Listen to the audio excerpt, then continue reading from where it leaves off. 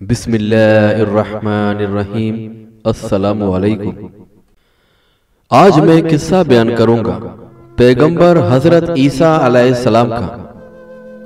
कुरान मजीद सूरह मरियम आयत नंबर 16 से 23 तक अल्लाह ताला फरमाता है, इस किताब में मरियम का भी वाकया बयान कीजिए जबकि वो अपने घर के अफराद से अलग होकर एक मशरिकी मकान में आईं और उन लोगों की तरफ से पर्दा कर लिया। फिर हमने अपनी रूह को उसके पास भेजा, बस वो उनके सामने पूरा आदमी बनकर जाहिर हुआ। ये कहने लगी, मैं तुझसे रहमान की पनाह मांगती हूँ अगर तू कुछ भी अल्लाह से डरने वाला है। उसने जवाब दिया कि मैं अल्लाह का भेजा हुआ कासिद हूँ, तुझे एक पाकीज़ा लड़का देने आया हूँ। कहने लगी, भला मेरे यहाँ बच्चा कैसे हो सकता है? मुझे तो किसी इंसान का हाथ तक नहीं लगा और ना मैं बदकार हूँ। उसने कहा, बात तो यही है, लेकिन तेरे परवरदिगार का इरशाद है कि वो मुझ पर बहुत ही आसान है।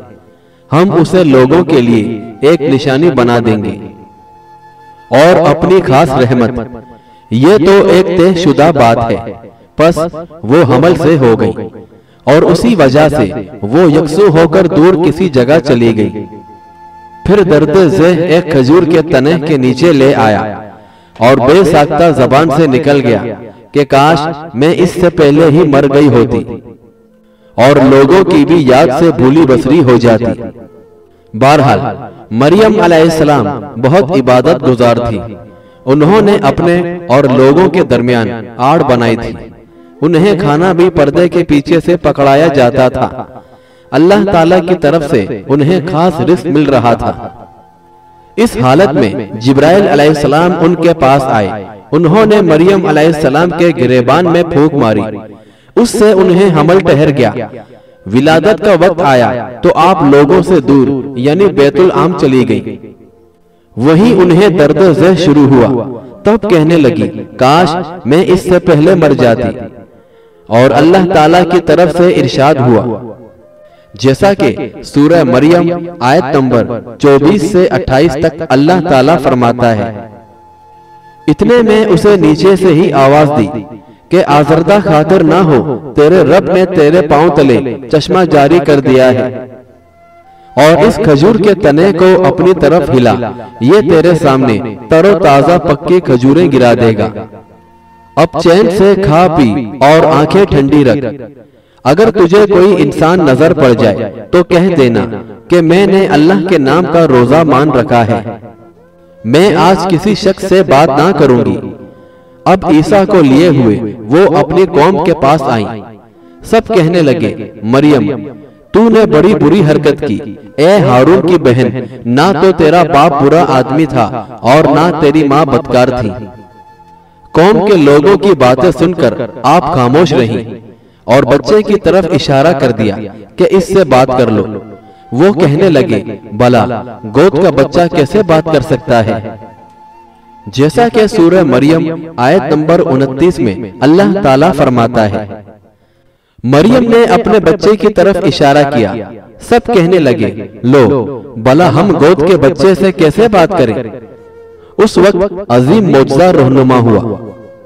जैसा कि सूरह मरियम आयत नंबर 30 से 33 तक अल्लाह ताला फरमाता है, बच्चा बोल उठा, मैं अल्लाह ताला का बंदा हूँ। उसने मुझे किताब अता फरमाई और मुझे अपना पैगंबर बनाया है और उसने मुझ पर बरकत किया है जहाँ भी मैं हूँ, और उसने मुझे नमाज और ज़कात का हुक्म दिया है जब तक भी मैं जिंदा रहूं, और उसने मुझे अपनी वालिदा का खिदमत गुजार बनाया है और मुझे सरकश और बदबख्त नहीं किया, और मुझ पर मेरी पैदाइश के दिन और मेरी मौत के दिन और जिस दिन दोबारा जिंदा कर दिया जाऊंगा सलाम ही सलाम है। अल्लाह ताला ने ईसा अलैहिस्सलाम की इस गुफ्तगू के बाद फरमाया, ये है सही वाकया ईसा इब्ने मरियम का। यही वो हक बात है जिसमें शक व शुबा में मुब्तला है। अल्लाह के लिए औलाद का होना लायक नहीं, वो तो बिल्कुल पाक ज़ात है। वो जब किसी काम करने का इरादा करता है तो उससे कह देता है हो जा, तो वो हो जाती है। मेरा और तुम सब का परवरदिगार सिर्फ अल्लाह ही है, तुम सब उसी की इबादत करो, यही सीधी राह है। बहरहाल ईसा अलैहिस्सलाम की विलादत बगैर बाप की हुई। इस मौजज़े के बाद कई फिरके गुमराह हुए और लोग तरह तरह की बातें करते थे। कहते थे कि मरियम अलैहिस्सलाम अल्लाह ताला की बीवी है। सूरह जिन आयत नंबर 3 में अल्लाह ताला फरमाता है, और बेशक हमारे रब की बड़ी बुलंद शान है, ना उसने किसी को अपनी बीवी बनाया है ना बेटा। और सूरह मायदा आयत नंबर 72 से 75 तक अल्लाह ताला फरमाता है, बेशक वो लोग काफिर हो गए जिनका कौल है कि मसीह इब्ने मरियम ही अल्लाह है, हालांकि मसीह ने खुद उनसे कहा था, ए बनी इसराइल, अल्लाह ही की इबादत करो जो मेरा और तुम सब का रब है।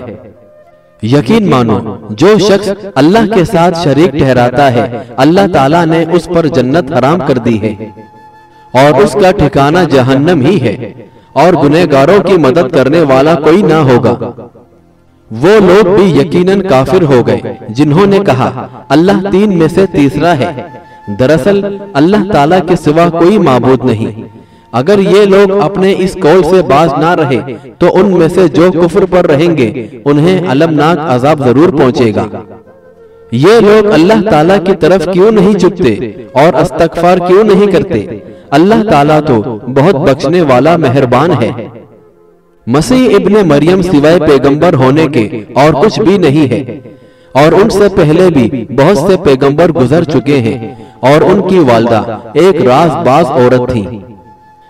बहरहाल अल्लाह ताला ने इन आयतों में ईसाइयों का रद्द किया है, क्योंकि वो मरियम और ईसा अलैहिस्सलाम को भी अल्लाह का हिस्सा मानते हैं। जैसा कि सूरह इखलास में अल्लाह ताला फरमाता है, आप कह दीजिए कि वो अल्लाह एक है, अल्लाह बेनियाज है, ना उससे कोई पैदा हुआ और ना वो किसी से पैदा हुआ और ना कोई उसका हमसर है। लोगों ने जब मरियम अलैहिस्सलाम पर तोहमत लगाई, उन्हें बदकार कहा, तब अल्लाह ताला ने फरमाया, जैसा कि सूरतुन निसा आयत नंबर 156 में अल्लाह ताला फरमाता है, और उनके कुफ्र के बाद मरियम पर बड़ा बोतान बांधने के बाद हमने उन पर लानत की। और सूरह आल इमरान आयत नंबर 59 में अल्लाह ताला फरमाता है, अल्लाह ताला के नजदीक ईसा की मिसाल हू बहू आदम की मिसाल है, जिसे मिट्टी से पैदा करके कह दिया कि हो जा, बस वो हो गया। और सूरह मरियम आयत नंबर 88 से 95 तक अल्लाह ताला फरमाता है, उनका कौल तो ये है कि अल्लाह रहमान ने भी औलाद इख्तियार की है। यकीनन तुम बहुत बुरी और भारी चीज लाए हो। करीब है कि इस बोतान की वजह से आसमान फट जाए और जमीन शक हो जाए और पहाड़ रेजा रेजा हो जाए कि वो रहमान की औलाद साबित करने बैठे। अल्लाह की शान नहीं कि वो औलाद रखे। आसमान और जमीन में जो भी है सब के सब अल्लाह के गुलाम बनकर ही आने वाले हैं। इन सब को उसने घेर रखा है और सबको पूरी तरह गिन भी रखा है। ये सारे के सारे क़यामत वाले दिन अकेले उसके पास हाजिर होने वाले हैं। जैसा कि सूरह इनाम आयत नंबर 101 में अल्लाह ताला फरमाता है, वो आसमानों और जमीन का मौजूद है। अल्लाह ताला के यहाँ औलाद कैसे हो सकती है, हालांकि उसकी तो कोई बीवी तो है ही नहीं। और अल्लाह ताला ने हर चीज को पैदा किया है और वो हर चीज को खूब जानता है। और सूरह ज़ुखरुफ आयत नंबर 81 में अल्लाह ताला फरमाता है, आप कह दीजिए कि अगर बिलफर्ज रहमान की औलाद होती तो मैं सबसे पहले इबादत करने वाला होता। मतलब ये कि तुम बगैर किसी दलील के ऐसी बात कह जा रहे हो। बहरहाल ईसा अलैहिस्सलाम की परवरिश बैतुल्लाम में हुई और आपने बचपन ही में काफी इल्म हासिल कर लिया, क्योंकि आपको और आपकी वालदा को जहां वालों के लिए अपनी कुदरत का निशान ठहराया है। जैसा कि सूरह मोमिनून आयत नंबर 50 में अल्लाह ताला फरमाता है, और हमने इब्ने मरियम और उसकी वालदा को एक निशानी बनाया और इन दोनों को बुलंद और साफ करार वाली और जारी पाने वाली जगह में पना दी। बहरहाल अल्लाह ताला ने ईसा अलैहिस्सलाम को पैदाइश से लगभग 30 साल बाद इंजील अता फरमाई और उसके बाद आपने अल्लाह के रसूल की हैसियत से दीन की दावत शुरू की। जैसा कि सूरह मायदा आयत नंबर 46 में अल्लाह ताला फरमाता है, और हमने उनके पीछे ईसा इब्ने मरियम को भेजा जो अपने से पहले की किताब तौरात की तस्दीक करने वाले थे, और हमने उन्हें इंजील अता फरमाई जिसमें नूर और हिदायत थी, और वो अपने से पहले की किताब तौरात की तस्दीक करती थी और परहेजगार लोगों के लिए सरासर हिदायत और नसीहत थी। जैसा कि सूरह आल इमरान आयत नंबर 48 और 39 में अल्लाह ताला फरमाता है, और अल्लाह उसे लिखना और हिकमत और तौरात और इंजील सिखलाएगा, और वो बनी इस्राएल की तरफ रसूल होगा कि मैं तुम्हारे पास तुम्हारे रब की निशानियां लाया हूँ। मैं तुम्हारे लिए परिंदे की शक्ल की तरह मट्टी का परिंदा बनाता हूँ, फिर उसमें फूंक मारता हूँ तो वो अल्लाह के हुक्म से परिंदा बन जाता है, और अल्लाह के हुक्म से मादरजात अंधे को और कोढ़ी को अच्छा कर देता हूँ, और मुर्दे को जला देता हूँ, और जो कुछ तुम खाओ और जो घरों में जखीरा करो मैं वो तुम्हें बता देता हूँ। इसमें तुम्हारे लिए बहुत बड़ी निशानी है अगर तुम ईमानदार हो। बहरहाल इस तरह ईसा अलैहिस्सलाम बनी इस्राएल की तरफ माबूस हुए। अल्लाह ताला ने ईसा अलैहिस्सलाम को अजीम मौजज़ात अता फरमाए। पैदाइशी अंधा बीना हो जाता, कोढ़ी का कोढ़ दूर हो जाता, बरस वाले के जिस्म में हाथ पैर लेते तो उसका बरस खत्म हो जाता, मट्टी के परिंदे बनाकर फूंक मारते तो वो उड़ने लगते। लेकिन सबसे बड़ा मौजज़ा अल्लाह ताला ने आपको ये अता फरमाया कि आप अल्लाह के हुक्म से मुर्दों को जिंदा करते थे। जैसा कि सूरह आल इमरान आयत नंबर 50 और 51 में अल्लाह ताला फरमाता है, और मैं तौरात की तस्दीक करने वाला हूँ जो मुझसे पहले है, और मैं इसलिए आया हूँ कि तुम पर बाज़ वो चीजें हलाल कर दूं जो तुम पर हराम कर दी गई हैं, और मैं तुम्हारे पास तुम्हारे रब की निशानियां लाया हूँ, इसलिए तुम अल्लाह से डरो और मेरी फरमा बरदारी करो। यकीन मानो कि मेरा और तुम्हारा रब अल्लाह ही है, तुम सब उसी की इबादत करो, यही सीधी राह है। बहरहाल लोगों ने तमाम निशानियां देखी लेकिन फिर भी कुफ्र ही करते रहे। जैसा कि सूरह आल इमरान आयत नंबर 52 में अल्लाह ताला फरमाता है, मगर जब ईसा ने उनका कुफ्र महसूस कर लिया तो कहने लगे, अल्लाह की राह में मेरी मदद करने वाला कौन है? हवारियों ने जवाब दिया कि हम अल्लाह की राह के मददगार हैं, हम अल्लाह पर ईमान लाए और आप गवाह रहिए कि हम ताबेदार हैं। सूरह सफ में अल्लाह ताला फरमाता है कि ईसा ने कहा, ए ईमान वालों, तुम अल्लाह के मददगार बन जाओ, जिस तरह मरियम के बेटे ईसा ने हवारियों से फरमाया कि कौन है जो अल्लाह की राह में मेरा मददगार बने। और हवारियों ने कहा, हम अल्लाह की राह में मददगार हैं। बनी इस्राएल की एक जमात ईमान ले आई और एक जमात ने कुफ्र किया, तो हमने मोमिनों के उनके दुश्मनों के मुकाबले में मोहर फरमाई, बस वो गालिब आ गए। उसके बाद अल्लाह ने दीन ईसवी को यहूदियों के मजहब पर गालिब कर दिया।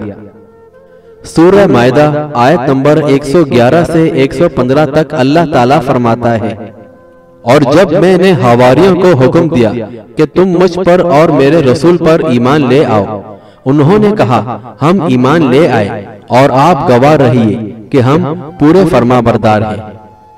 वो वक्त याद के काबिल है जबकि हवारियों ने अर्ज किया, ए ईसा इब्ने मरियम, क्या आपका रब ऐसा कर सकता है कि हम पर आसमान से दस्तरख्वान नाजिल फरमा दे?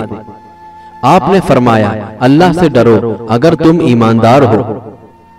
वो बोले कि हम ये चाहते हैं कि उसमें से खाएं और हमारे दिलों को पूरा इत्मीनान हो जाए और हमारा यकीन और बढ़ जाए कि आपने हमसे सच कहा है और हम गवाही देने वालों में से हो जाएं।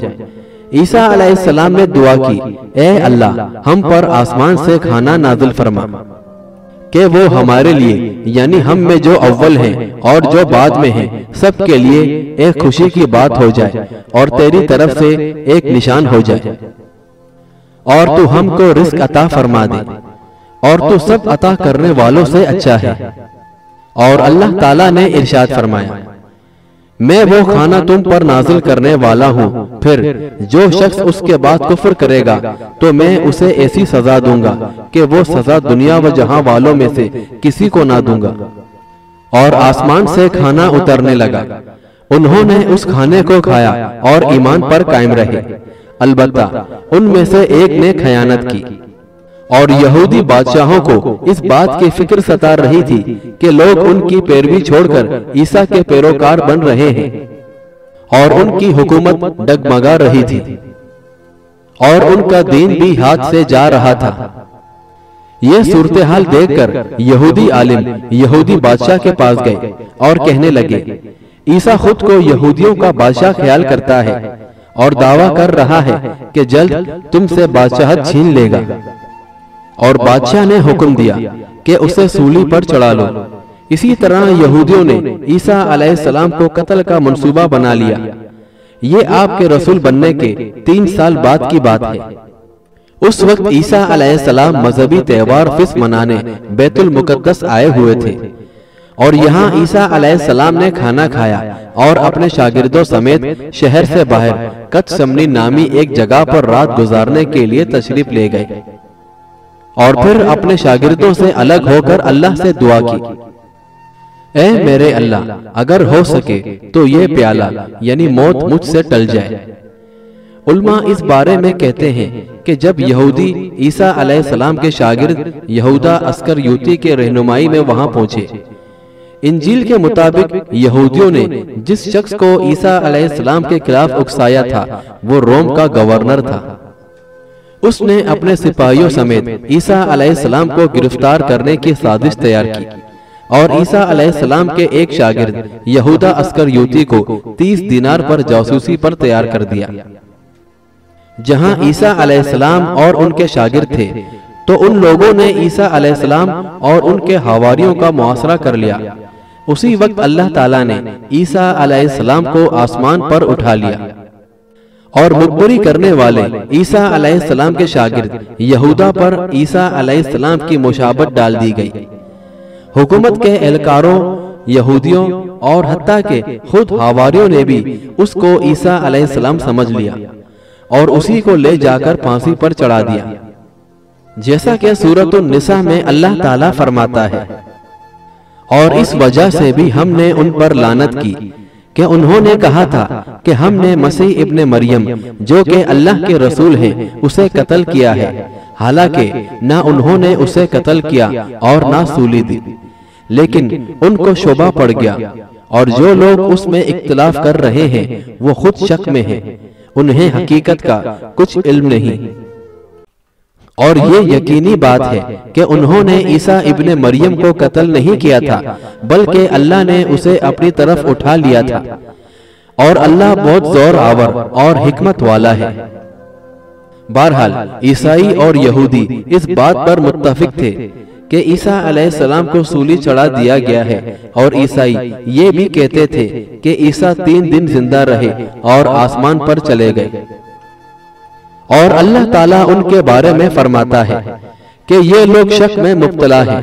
दर हकीकत ये लोग ईसा अलैहिस्सलाम को गिरफ्तार ना कर सके थे। ईसा अलैहिस्सलाम के आसमान में उठाए जाने के बाद यहूदी गालिब आ गए और दीन ईसा पर पाबंदी लगा दी, और लोग खुफिया तौर पर दीन से आगाही हासिल करते रहे, और यह सिलसिला 240 साल तक चलता रहा। और यहाँ तक कि एक बादशाह ने ईसाई मजहब कबूल कर लिया। वो रोम का बड़ा बादशाह था। उस वक्त दीन ईसवी खूब फैला। उस बादशाह ने दीन में शिर्क शामिल कर दिया और ईसाइयों के 3 फिरके बन गए। एक कहने लगा, हमारे दरमियान अल्लाह ने अपनी मर्जी के मुताबिक कुछ अरसा क़याम किया, फिर आसमान पर चला गया। इन लोगों को याकूबिया कहते हैं। दूसरे गिरोह ने कहा, हमारे दरमियान अल्लाह के बेटे ने जब तक चाहा क़याम किया और फिर अल्लाह ने उसे अपनी तरफ उठा लिया। और उन्हें नस्तूरिया कहते हैं और इनकी कसरत हुई। और अक्सर का यही अकीदा था। और तीसरा फिरका कहने लगा, हमारे दरमियान अल्लाह की मंशा के मुताबिक कुछ अरसे तक अल्लाह का बंदा और उसका रसूल रहा, फिर उसे अल्लाह ने अपनी तरफ उठा लिया और यही लोग मुसलमान थे और इन्हें मुवाहिद कहते हैं। उनके इंजील में शिर्क अब तक नहीं पाया जाता। उनकी इंजील का नाम इंजील बरनाबास है और उनका यह फिरका सबसे खलील तादाद में है। सूरह सफ आयत नंबर 14 में अल्लाह ताला फरमाता है, तो हमने मोमिनों की उनके दुश्मनों के मुकाबले मदद की, बस वो गालिब आ गए। सूरह निसा आयत नंबर 157 में अल्लाह ताला फरमाता है, उनके यूं कहने के बाद अगर हमने अल्लाह के रसूल ईसा इब्ने मरियम को कत्ल कर दिया, हालांकि ना तो उन्होंने उसे कत्ल किया ना सूली पर चढ़ाया, बल्कि उनके लिए वही सूरत बना दी गई। यकीन जानो ईसा के बारे में इख्तिलाफ करने वाले उनके बारे में शक में हैं।